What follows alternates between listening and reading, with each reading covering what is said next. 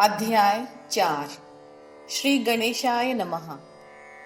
स्वामी समर्थ जब बंकटलाल के घर थे तब एक अप्रत्याशित घटना घटी। वैशाख शुक्ल पक्ष तृतीया को बड़ा महत्वपूर्ण पर्व माना जाता है। उस दिन महाराज बालकों के साथ बैठकर लीला कर रहे थे। गजानन महाराज ने बालकों से कहा, तुम लोग चिलम में तंबाकू भरकर आग ऊपर रखकर मुझे दो।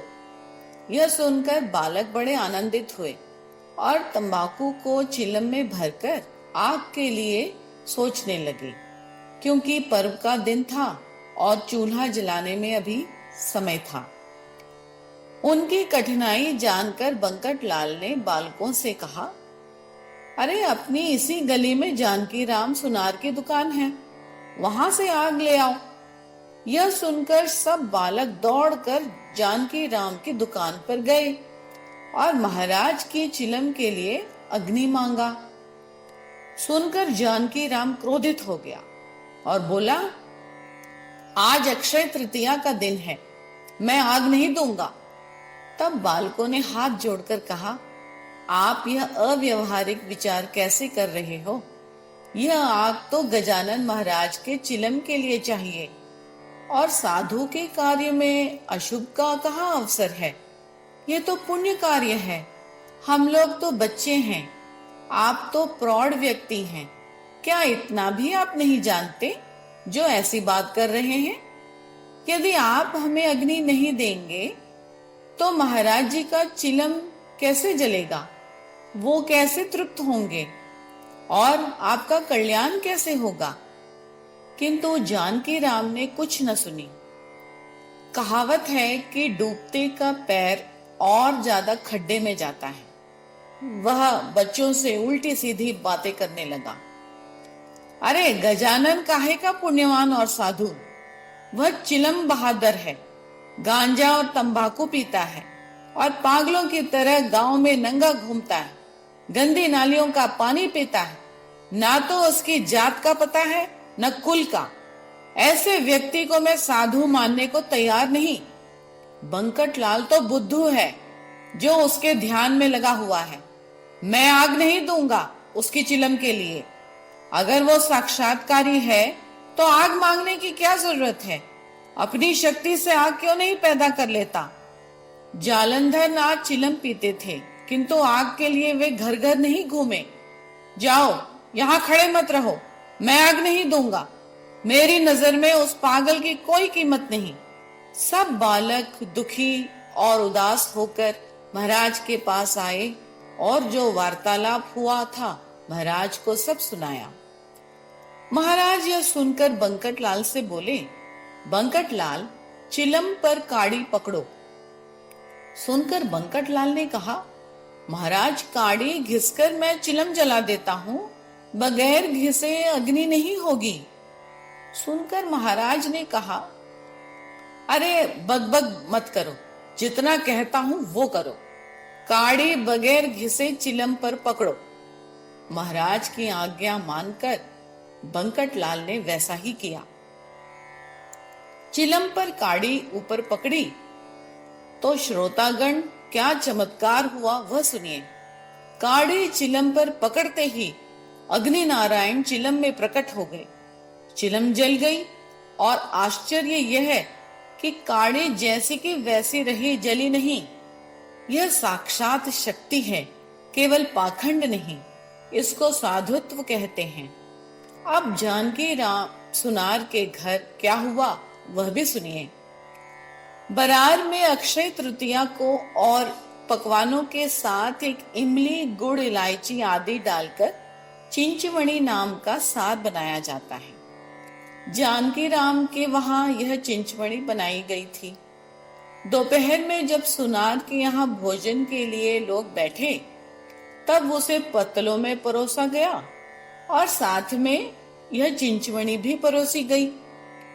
आश्चर्य की बात यह हुई कि चिंचवणी में असंख्य कीटक दिखने लगे, जिससे लोगों को बड़ी घृणा हुई और लोग तुरंत उठकर चले गए। सारा अन्न व्यर्थ हो गया। सब देखकर जानकी राम सुनार खिन्न मन से सोचने लगा, ऐसा क्यों हुआ? उसने अनुमान लगाया कि महाराज के चिलम को मैंने अग्नि नहीं दी और बहुत बुरा भला भी कहा। शायद ये सब इसी का फल है। इसके लिए मैं ही दोषी हूँ। बंकटलाल ने उसका समाधान करते हुए समझाया कि आपने जो इमली ली शायद उसके बीज कीड़े वाले होंगे। सुनकर जानकी राम ने कहा, सेठ जी, आप ऐसा कैसे कह सकते हैं? मैंने नई और शुद्ध इमली ली थी। बीज अभी भी कूड़े में पड़े हैं। देख लीजिए, कहीं कीटक का नाम नहीं।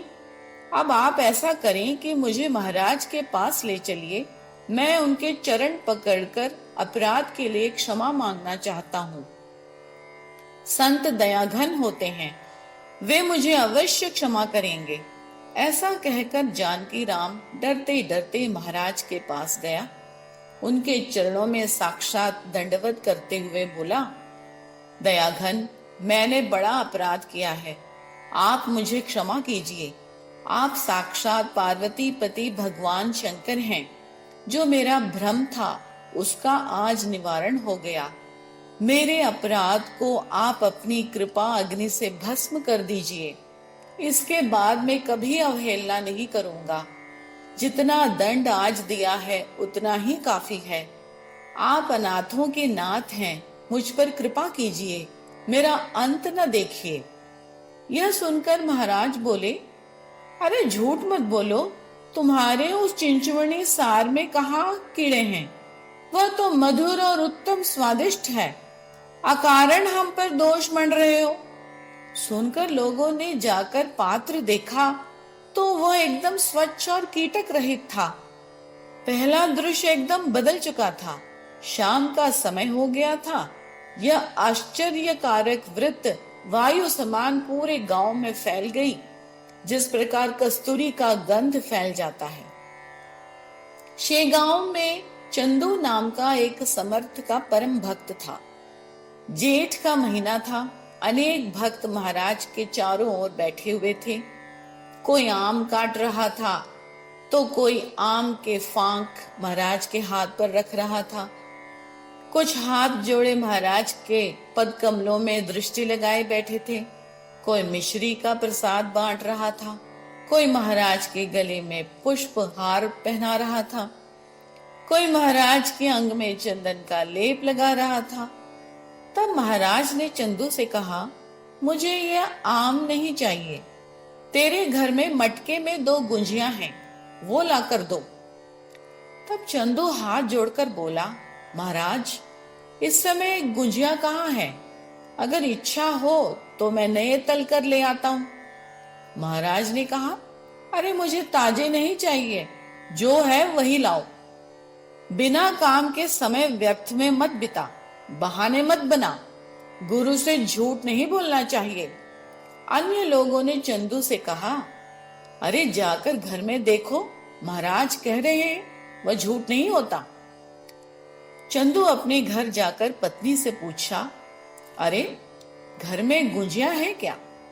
उसकी पत्नी ने कहा, मैंने अक्षय तृतीया को गुंजिया बनाई थी, वह उसी रोज समाप्त हो गई। इस बात को 1 महीना बीत गया। अब घर में गुंजिया कहाँ से रहेगी? लेकिन अपने घर में गुंजिया का सामान है, मैं झट से ताजे तैयार कर देती हूँ। तब चंदू ने कहा, महाराज को ताजी गुंजिया नहीं चाहिए, मटके में जो रखी है वही चाहिए। सुनकर उसने कुछ याद किया और कहा, महाराज की वाणी सत्य है। 2 गुंजियां बची थीं, वो मैंने मटके में रख दी और इस बात का मुझे बिल्कुल याद नहीं रहा। ऐसा कहकर उसने मटकों को उतारकर ढूंढना शुरू कर दिया। आश्चर्य की बात यह है कि एक बीच के मटके में 2 गुंजियां रखी पाई गई, जो बिल्कुल भी खराब नहीं हुई थी। हालांकि थोड़ी सूख गई थी और उनमें कोई खराबी नहीं थी। सत्य है, संतों की बातें कभी व्यर्थ नहीं होती। गुंजिया पाकर पति पत्नी दोनों बड़े हर्षित हुए और कहने लगे, सचमुच ये सर्वज्ञ योगीराज हैं। चंदू ने वो दोनों गुंजियां अपने महाराज को बड़े प्रेम से खिलाईं, जैसे भगवान राम ने शबरी भिलनी के बेर खाए थे। यह लीला देखकर सब लोग कहने लगे कि महाराज त्रिकाल ज्ञानी हैं, उन्हें भूत भविष्य वर्तमान सब पता लगता है। शेगांव से दक्षिण में चिंचोली नामक एक छोटा सा देहात है। उस गांव का रहने वाला माधव नाम का एक ब्राह्मण है। तरुण अवस्था में प्रपंच ही उसका द्वैत था। प्रारब्ध के आगे कोई नहीं जा पाता। जैसे विधि लेख होता है वही होता है। माधव की पत्नी और पुत्र परलोक सिधार गए। उसके पास कोई नहीं था, जिससे वह संसार से विरक्त हो गया। उसने सारी वस्तुएं बेच डाली और विचार करने लगा कि युवावस्था में मैं संसार में व्यग्र रहा, दीन बंधुओं आपका स्मरण कभी नहीं किया। अब सब संसार शांत हो गया। अब आपके बिना मेरा रक्षण करने वाला कौन है? ऐसा पश्चाताप होकर वह शेगांव आया और गजानन महाराज के द्वार पर हट करके बैठ गया। मुंह से नारायण नाम का स्मरण करते हुए उसने अन्न जल छोड़कर उपवास करना प्रारंभ कर दिया। इस अवस्था में एक दिन बीत गया।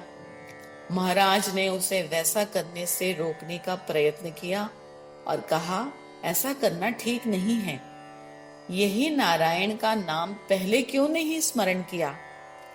प्राण निकल जाने पर वैद्य बुलाकर कोई लाभ नहीं। तारुण अवस्था में ब्रह्मचर्य का पालन कर वृद्धावस्था में स्त्री करने से कोई लाभ नहीं। जो जिस समय करना है वह उसी समय करना चाहिए। घर जलने पर कुआं खोदने से क्या लाभ?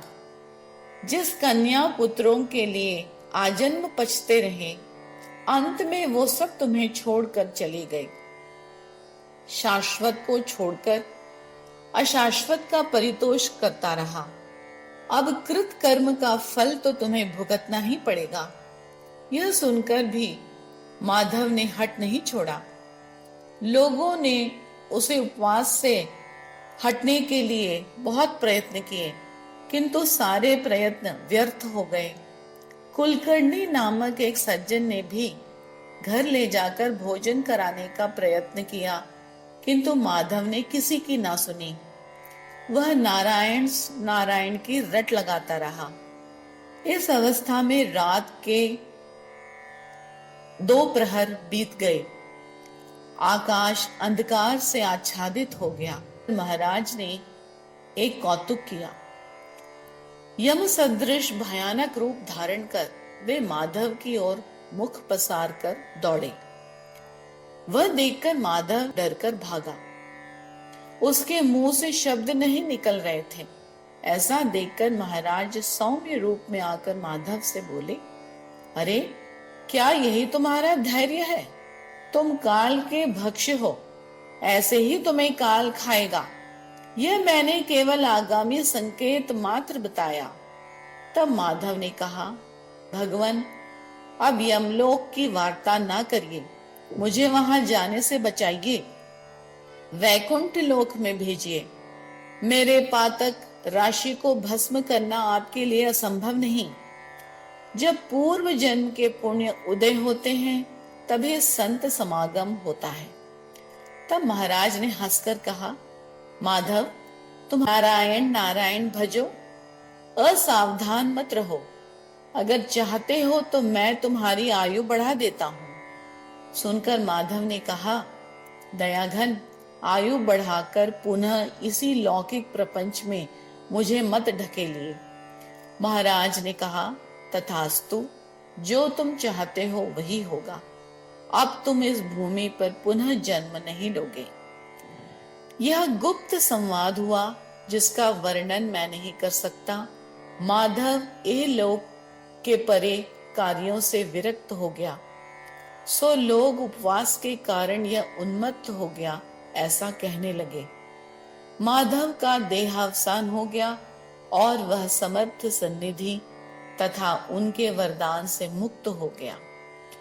एक बार महाराज अपने शिष्यों से बोले कि वैदिक ब्राह्मणों को बुलाकर यहाँ मंत्र घोष करवाओ, जिससे देवाधिदेव प्रसन्न होते हैं। कैरी का पन्ना, पेड़ा, बर्फी, खोया, नमक युक्त चना दाल, इसका उपहार देकर 1-1 रुपया दक्षिणा दो। ब्राह्मण धन पाठी होने चाहिए। सुनकर शिष्यों ने कहा, महाराज, शेगांव में वैदिक ब्राह्मण नहीं हैं।